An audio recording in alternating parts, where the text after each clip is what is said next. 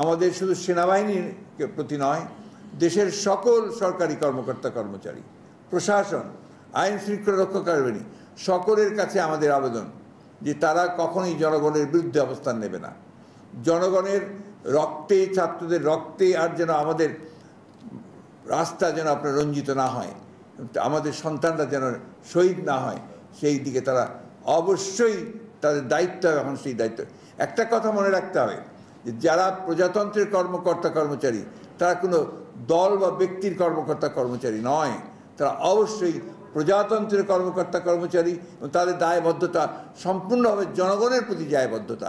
সেই বিষয়টাকে সামনে নিয়েই তাদের এই ধরনের অন্যায় যে নির্দেশ, সেই অন্যায় নির্দেশগুলো তাদেরকে বাদ দিয়ে জনগণের সঙ্গে যোগসূত্র হওয়া। এই পরিস্থিতি কি আপনার কোনোদিন কারো কোনো শাসক গোষ্ঠীর পক্ষে সামাল দেওয়া সম্ভব হয়েছে? আপনি বলেন আজ থেকে বাংলাদেশের ইতিহাস, পাকিস্তান আমলের যে ইতিহাস, সেই ইতিহাসগুলো আপনি দেখেন।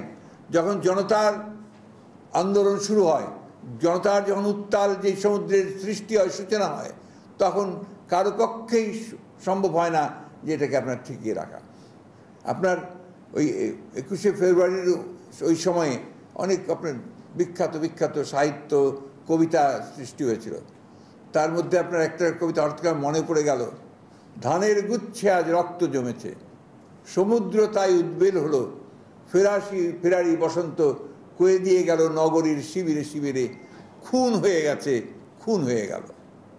এটা ছড়িয়ে পড়েছে এখন গোটা। আপনি বিশ্বাস করবেন না, কিছুক্ষণ আগে আমার স্ত্রী বলছে যে আমি কি ঘরে থাকবো, আমার মেয়েরা চলে গেছে, প্রত্যেকের ঘর বাড়ি থেকে মেয়েরা চলে গেছে।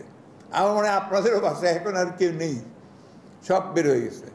এই যে একটা উত্থান, গণ অভ্যুত্থান, গণজাগরণ, এই গণজাগরণ তো আমরা দেখেছি আপনার সেই 1969 সালে, আমি দেখেছি 90 সালে, আমি দেখেছি 70-এ, 71-এ, আজকে আবার আমার মনে হয় তার চেয়ে অনেক বেশি আপনার শক্তি নিয়ে আজকের গণজাগরণ সৃষ্টি হয়েছে।